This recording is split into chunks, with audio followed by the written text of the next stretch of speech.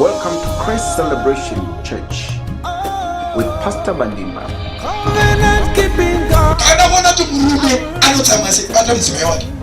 Unoshamsika bishop bero wacho kuroni karati. Covenant keeping God, you can never ever change. I'll put you in front of my melody. You are all that matters. You are all that matters. Ndinokuchingamidzai ku Christ Celebration Church Testimony Time. Tiri kuno kuHopley kuzone 6 Hopley muno muZimbabwe muHarare. Panapa nhasi tine nyaya inoda kuti ugozvinzwira, nokuti kana tichiita zvekutaurirana zvinoita kunge tiri kucreata nyaya, asi ukazvinzwira nokuzvionera zvinoita kuti ugone kuziva kuti Mwari achiri kushanda pakati pedu kunyange pamazuva akaita seanaya. Rimwe zuva ndaenda kune imwe imba kunoshanyira mutendi mutsva akanga auya kukereke ino. Ndakasvikako ndikaona vachigeza gumbo rakanga rine ronda rakanga rane makore 5, uye nyaya iyoyo yakandibata chaizvo, nokuti gombo iroro waiti ukaritarisa wainzwa tsitsi uye rakanga richikanda hwema husingatoiti. Asi pandakataura naelder ivo vakabva vanditi muri kutonetseka zvino ratonani, asi ndichiona zvaiitika ndakaziva kuti hazvina kumira zvakanaka. Saka ndonyaya ndakuigirai pazuva ranhasi iChrist Celebration Church Testimony Time. Pamusoro indonzi Innocent Ngwenya. Ndakarwara negumbo na 2017. Mushure ndaida kufa mukugurube kunzi kuVekia. Ndakapedza shamwari yangu payadhi pemabva ndamupedza ndadzokera kumba ndaita kubva mukungera mariwa pasati pechitsitsino. Ndokubva ndangokwenya ndakuvara seko apa pachinge panhu padiki-diki, ndibva ndangozviginowa ndichiti hazvina nebasa rese panhu padiki-diki bebi ndangomariwawo nechimuti. Ndokubva ndadzouya kuHarare kwandoshandira mazuva 5 akati apfuura gumbo ratanga kudini kuvava. Paya pandakamarwa patanga kuvavirira patangokwenya ndibva zvitanga kurwadza kuipa. Zvadaro manje ndikabva ndangozviginowa chifungo pomwe itetenasi unoita mariwa nebadza kana nechiwaya ndiri pana ndiri kumusha. Zvadaro manje gumbo ratanga kuzvimba. Ndokuenda kuchitungwiza pakliniki. Ndobva vanditi gumbo rangu ndakatonokera. Ndobva ndaendeswa kuchitungwiza hospital. Ndaenda kuhospital kuchitungwiza General Hospital 2017 muna May 17 May ndimosara detainwa muhospital. Vakandi diagnose vakati severe cellulitis. Okay. Vadaro ndokubva vati gumbo rangu ratoshata. Vabvisa nyama kubva panapa munonapa. Gumbo rese rakaradini rakachekwa. Nobvisa bhutsi yacho tinyatsoona kuti zvii zvakaitika. Apa ndo pakata kumariwa apa. Pana ngokumarwa chimuti sokumarwa bichana zvinhu 2 zvozvizimalai zviti parallel. Saka pandangomarwa apa manje apa ndakatanga kupa kwanya ndichiti kuzvabva seko ndabarwa kupi nguvai. Ndobva ndangozvitora hangu sechinhu chisina basa. Zvadaro ndava kuchipatara zvikanzi gumbo raipa chaizvo. Ndobva vandibvisa nyama yese kubva panapa. Gumbo rese iri rakanga rasvuurwa kunge apa. Vachibvisa ganda rese nenyama dzanga dzaipa vachiti gumbo rangu rashata. Zvadaro manje ndobva ndaenda muchipatara, ndobva ndaadhimitiwa 12 days chitungwiza General Hospital. Asi vachitotarisa kuti gumbo richadimburwa nokuti zvava zvisingataridziki zvakanaka. Ndabva muchipatara ndakaenda kumba ndichigezwa gumbo ndichizogeza gumbo, asi ranga ratoshata zvisingatarisiki. Saka raidi raive nokuti kuona pamwe pakachekwa apo pari kuratidza kuti pakachekwa apo chichaitika madhokita akacheka here kudai kana kuti chichaitika nemumwe muri kuratidza kunge mune makomba komba chichaitika urwa here vakasona here chichaitika cheda ndechekuti gumbo iri pazvakaitika ndezvekuti apa paiti pakapora paizviba kubuda urwa husingaiti hwainhuhwa apa chipora poita pamwe apa apa chipora poita pamwe apa pachipora poita pamwe pachipora poita pamwe saka zvaita kunge muri chinhu chiri kudya nyama mukati momumu richizvimba richibuda urwa ndo zvakaitika saka maitoti mukasvina urwa hunobuda hwakawanda hwaibuda hwekuti hwaitoenda kure kana zokuma kana 3 meters kana 5 meters hwasvina sohuswa urwa hwacho hwaienda kure kure chaizvo. Okay, saka apo pakachekwa apa vaita sevaedza kubvisa here chichaitika vaedza kubvisa urwa mukati umwe here vaidi madhokitari apa panga pazvimba paita kunge pane chimota ndobva vati padaita operation ndobva vapacheka muchipatara pavakapacheka muchipatara vakasvika pabhonzo vaitoti gombo yari kuti tinotazana nokuti pabhonzo pakangoita infection chete bhonzo rotoipa rinoora gombo rodambura saka paoperation yaita muchipatara apo.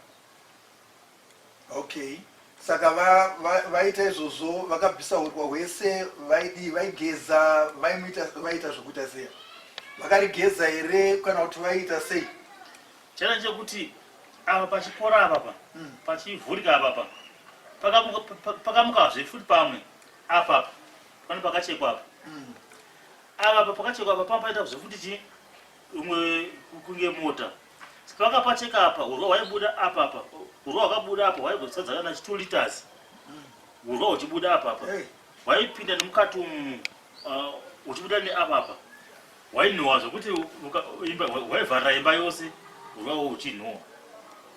Tinotenda hama tiri panapa tiri kutaura testimony yavangwenya yekuitwa nyasha kwavakaitwa naMwari, Mwari wakavaitira nyasha vakaporeswa. Tombotora kamufemo mbijana iri denga ringopindwa rinota identity card kudenga kungopindwa kunota identity card iri denga ringopindwa rinota identity card kudenga kungopindwa kunota identity card identity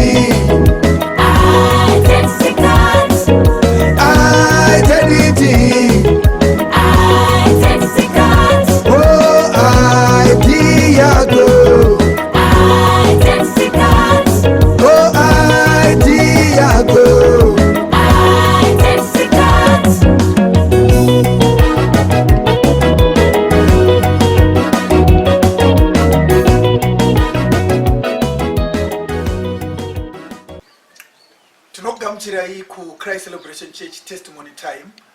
Panapa ndine nyaya yakakura chaizvo inoda kuti munhu uzvinzwire uzvionere kushanda kuri kuitwa naMwari pakati pedu. Elder Ngwenya, tambotaura muchitaura imi muchiti makagara muchipatara uye urwa negumbo renyu rikachekwa, urwa huchibuda rikamboedza kugezwa zvikadii. Saka pamakazobuda muchipatara rakanga rapora here gumbo iri kana kuti vakangotenda henyu kumba munobatsirika kana kuti vakati chichi chakaitika pamakazoburiswa muchipatara? Ndinatokumbira kubuda muchipatara kuti ndinokumbira ndiende kumba ndichiitira mabills anga mazuva anga awatanze kuchipatara. Vakanditi ndiende kumba nditorigeza nebetadhini nemishonga imwe yandakatengeswa, asi ndichipota ndichidzoka kumareviews. Ndakumba manje ndokutaka kufamba ndakaenda kuzviprofita, ndakaenda kuchitumidza kuti zviprofita zviriko maprofita ariko, ndikabvapo ndikati nomwe mundende kuchivhu kuno muprofita zvaenda zvekurama mashura mapipi. Ndabva kuchivhu hazvina kubatsira, ndobva ndaenda kuEpworth ndikafamba dzimwe zvakawanda ndichiti ndibatsirwe gumbo iri, asi hazvina kubatsira. ndaidedzwa zita ndichingosvika ndiri kure ndodedzwa zita rangu inose ningwenya ndototi ndiri pano ndotoenda ndonzi gumbo iriri inyoka yakakadini yechivanhu yakakurumai roma rurwodzi rwakashandiswa kuita nyoka yakurumai gumbo iri saka gumbo iri rinodamburwa haripori richadamburwa uyezve ndaona mune mwedzi mitatu yasara kuti muchifa negumbo irori ndaona muri mujuru hembe dzenyu dziri akuri kuchifuku kuchitungwiza kuchivhu ndakamonamatirwa handina kubatsirwa kuchivhu nekuti vanangu vakawandisa kuchivhu handina kubatsirwa ndangonamatirwa ndobva ndangotakupuwa mavhu kunzi chinonwa muchitapuwa mavhu ekuita sei mavhu manje ivhu ranga rikuti vaita seexample kuti wadakatsikira ivhu raiti kwadapatsika gumbo iri vongota isi ivhu revo vongonamata ivhu rero kuti ndiritsike kuti gumbo ridini ripori kutsiva zvakaitwa kure kwandakaitako bkuzi munhu vakashandisa ndakatsika pavhu ndakatsika ivhu rakagadzirwa saka vakashandisawo ivhu racho kuti vazame kudini kutibatsira apa maitiro zvaise zvaitwa maharere ndaibhadhara mari maibhadhara mari kumwe tainzi ma40 years kumwe ma100 years wow alright saka ndatende mberi tataura mati kuchitungwiza nekuchivhu ndokwamatudza makazomboedza here futi kuenda kumwe takafamba ndakuneta ichiti munhu ese akuona aichema neva kuti chive chegumbo zvanga rakaita okudza zvekuti ninge anozvigona woenda pana epworth ukanga kuchivanhu ebo jekiseni zihombe jekiseni renge remombe zihombe chachairo hazvina kubatsira ndabhadhariswa 100 years dollars ichinzi matopora asi hazvina kupora ndakazviita 5 years ndichingotambudzika negumbo irori kusvika ini ndisisina tarisiro yokurarama muupenyu kwegumbo iri kuna here kumwe kwamakabviswa zvinhu pagumbo iri ndakabviswa kwakawanda vazhinji vamwe vanodzura kati kanzwa kuti zvadii apo nepapo vachibvisa zvinhu vachidi ndekupi kwamakabviswa zvinhu chii chakaitika pagumbo iri ndemuchechi iri kusaidi kundoti kusnake park mufundisi vapo akandiprofita akati manga mune zino renyoka ndobva vanditenge reza nyowani vatengadza nyowani ndobva vandicheka apapa vangocheka kudai so ndobva vasvina ndobva mabuda kanenge kazino kenyoka ini ndakatokaona ndikatokabata ivo vakatokapisa ndikati zvangu zvadini zvangu zvaita asi hazvina chakabatsira ndatama kubva kuvilvekia kufamu ndine famu ma1 farms ndakugara nemhuri yangu kuhopley ndinogara pa 5493 kumuhopley zone 6 saka paimbo pandogara padhuze nabhishopi vanonzi bishopi chakaitsa bandimba imba yavo paimba pangu pane dzimba 3 dziri pakati saka nguva yecovid muna 2021 vaishumira pamba pavo itakagara zvavo kumba kwangu ndichizvinzwa saka rimwe zuva takangoti rekedza tidini ndiende kuchechi covid payakavana kurelaxa marules ecovid saka vanhu vatangotiungana pachechi ndobva ndangoendawo pachechi chingondoti rega nditozwa shoko ramwari ndaenda ndakazoenda kuti rimwe zuva kwakuba kwavo ndichivaona kuti baba ndauya kutizonamata kuti mandona ndangouya hamuzi kuti ndinani ndauya kuti zonamata kuchechi kuno ivo ndobva papera mazuva 2-3 vakazoya kumba kuti vazondiona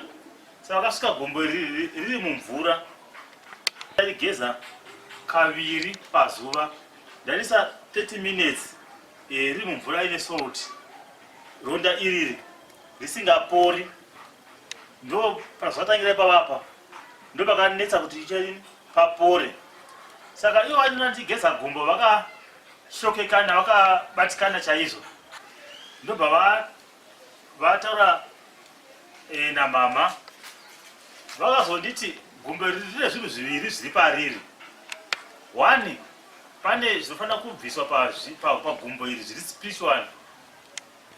2 tozoita zvepanyama zvenyama kuti nyama dzarwadza kwenguva yakareba, pane zvinofanira kuti zviitike kuti zviite. Ini semunhu anga ane makore 5 achirwadziwa, handangozvitora serious, ndangoti ndezvavo. Nokuti pavakatouya kumba ndandakasungira chijira chered, iye havana kuchiona zvavasati ndandatosungirira kuno chijira chered. Chaita kuti hanzi patakaenda kundobatsirwa kuchivanhu, vaindi chijira chered ichi ndikachisungirira chaizoita kuti kuziva kusazvimba, asi hazvina kundibatsira. Pavakatouya kumba ndandine mabute ndaizora paronda ipapapa, zvinji ndokudzinga mhepo dzemwe yetsvina, asi hazvina kudini kundibatsira. Zvadaro ndaiti vasati vauya every month, mwedzi wakupera ndaitorwara negumbo irore. Mwedzi wakutopera pa5 years ndaitorwadziwa negumbo irore zvekuti asingakwanisi kudini kufamba kana kuti asi ndaifunga kuti zvangu zvatopera. Pagumbo iri hapana mushonga wechibhoyi usina kupinda pagumbo iri. Nemishonga inonzi ino pamaronda ekensa, voza vamwe vaiti kensa, vamwe vachiti nhuta, vamwe vachiti chipotswa. Saka mishonga yese yaenda pamaronda apa, dzimwe dzenguva madzimai angu aitorota mushonga wachindausana nhasi, vachiti ndarota mushonga wenyu wadini, wapeperetswa wadyiwa usisashandi. Zvechokwadi zvatodaro saizvozvo, kuti ukangousa chete hapana chaichinji. Kana Mwari pachezvake asiriye ari kugona kukuporesa, ungaedze mishonga yose ikadii, as long as Mwari vasiri involved, zvinongoramba zvichidaro zvichinetsa. Inofuridzwa sekutaura kwauri kuita kuti mudzimai waiti ndarota mushonga wamaisapo uchidii uchifuridzwa, kureva kuti watoshayiswa simba naSatani. Saka pandakasvika kumba kwavangwenya, Elder Ngwenya, ndakasvika vachigeza gumbo iro riri raiita uhwema, rarine uhwema hwaibuda hwokuti ndichitarisa kuti Elder vari kutampura. Rakanga risingaiti, vachiti dzimwe nguva kana rikarwadza vaitorara zvachose, ende zvaiitika almost every month. Pane zvinhu zvandakaudzwa naMwari kuti ndiite, zvinove zvinhu zviviri zvandakadzi Mwari ndiite. Nokuti pavaitogeza gumbo iroro ndakatonzwa Mwari uchitaura neni kuti gumbo iri ripore ita zvinhu zviviri. Mwari akandiudza ndasvika kumba kwavo vachigeza gumbo iri kuti ita zvinhu 2. Number 1, Mwari vakandiudza kuti namatira gumbo iri, nekuti zvinhu zviri kuitika apa zviri so spiritual, ndasingazivi kuti gumbo rakatanga sei, ndandisati ndapiwa nhoroondo yegumbo iri kuti chii chakaitika. But Mwari akandiudza akati ita zvinhu zviviri. Chekutanga ispiritual warfare yekumeka sure kuti gumbo iri rinofanirwa kuporeswa. Chechipiri chandakaudzwa naMwari ndechekuti tsvaga mushonga unoita replenish zvinhu mubhodhi, nokuti bhodhi yavo yaifanira kuti igone kuboostwa immune system yacho. Ende chinhu chandakangoziva chinhu chimwe chete chakauya mukati mangu, kusatsvaga anything else. Ndakafunga kutsvaga inonzi Wonder Life Herb. Wonder Life Herb because ndinoziva kwayakabva. Ihebhu rakawanikwa nemuranda waMwari vanonzi Bishop Muzari, vakaratidzwa naMwari maherbs iwayo. Saka I knew kuti Mwari chinhu chavakaratidza ndechichi. Saka ndakaziva kuti with those 2 things, kana tikanamata kwavari tikagona kushandisa herb iroro, zvinhu izvozvo zvinotibatsira gumbo rinopora. The reason why ndaive nechokwadi yekuti gumbo rinopora, chokwadi chaive pakuti nokuti Mwari ndakaona vachishanda kuburikidza neni nenzira dzakawanda. Ndakaona vasinganzwi vachinzwa, ndakaona vaiuya vakatakurwa makrusades vachidzokera vachifamba, ndakaona minana yakasiyana siyana. Asi Mwari paakataura pamusoro pegumbo iri, ndakava nekugutsikana kwekuti gumbo iri raizopora zviro kwazvo. Toda kuti timbotora mafemo ndichitaura nevamwe vangada kubatsirwa sekubatsirwa kwakaitwa Elder Ngwenya. Chandoda ngotaura chinhu chimudiki chokuti usati wasvika pakunamatwa nokuita zvimwe zvese izvi, chinokosha ukama hwako iwe naMwari. Usati wasvika pakunamatirwa nokuita zvimwe zvese, unofanira kuziva kuti Jesu akauya akafa pamuchinjikwa, akavigwa, akamuka nezuva retatu. Zvese izvozvo zvichiitwa iwewe kuti upe upenyu hwako kumwanakomana waMwari. Shoko raMwari rinoti Mwari wakada nyika nokudaro kuti akapa mwanakomana wake akaberekwa achingomwoga kuti anani anotenda kwaari arege kufa asi kuti ave noupenyu husingaperi. Saka chinokosha ukama ihwo hwokutanga iwe naMwari ndikuti Mwari agone kukubatsira, nekuti zvakanyorwa zvichinzi nzeve dzake Jehovha hadzina kudzivirirwa kuti dzinzwe kuchema kwako iwewe, uye maoko ake aya haana kupfupikiswa kuti vakubatsire, asi zvivi zvako hanzi ndo zvakakuvanzira chiso chake Mwari. Saka ndo nyaya yekutanga iyoyo yekuti upe upenyu hwako kumwanakomana waMwari shure chishamiso chokuzotevera. Ndoda kuti kotamisa usi wedu tinamate ugone kugamuchira Jesu Kristu. Namata munamato shiri kwangu hasi kudzidzisa kunamata, asi ndiri kuda kuti unamate sezvinodiwa naMwari. Namata shure kwangu uti Mwari Baba, ndinouya kwamuri pazuva ranhasi ndichitenda kuti Jesu mwanakomana wenyu akauya panyika, akafa pamuchinjikwa, akadeura ropa rake kuti zvivi zvangu zviregererwe, zvandakaita ndichiziva nezvandakaita ndisingazivi. Ishe Jesu Kristu, pindai mumwoyo mangu, mundiponese, mundigeze neropa renyu. Iwe Satani nemabasa ako osakaipa, ndinokuramba nhasi nokuti ndapiwa simba rekuva mwana waMwari. Ndanamata Baba nokutenda muzita raJesu, amen. Kana uchingonamata munamato uchirevesa, ndoda kuti ugare, nekuti shure kwechinguva chidoko tichanamata munamato wokuti uitirwe chishamiso chikuru. Saka pedzisa vhidhiyo iyoyi, testimony iyoyi, uchaona kuti Mwari vachakuitira zvinhu zvikuru. Ndinotenda.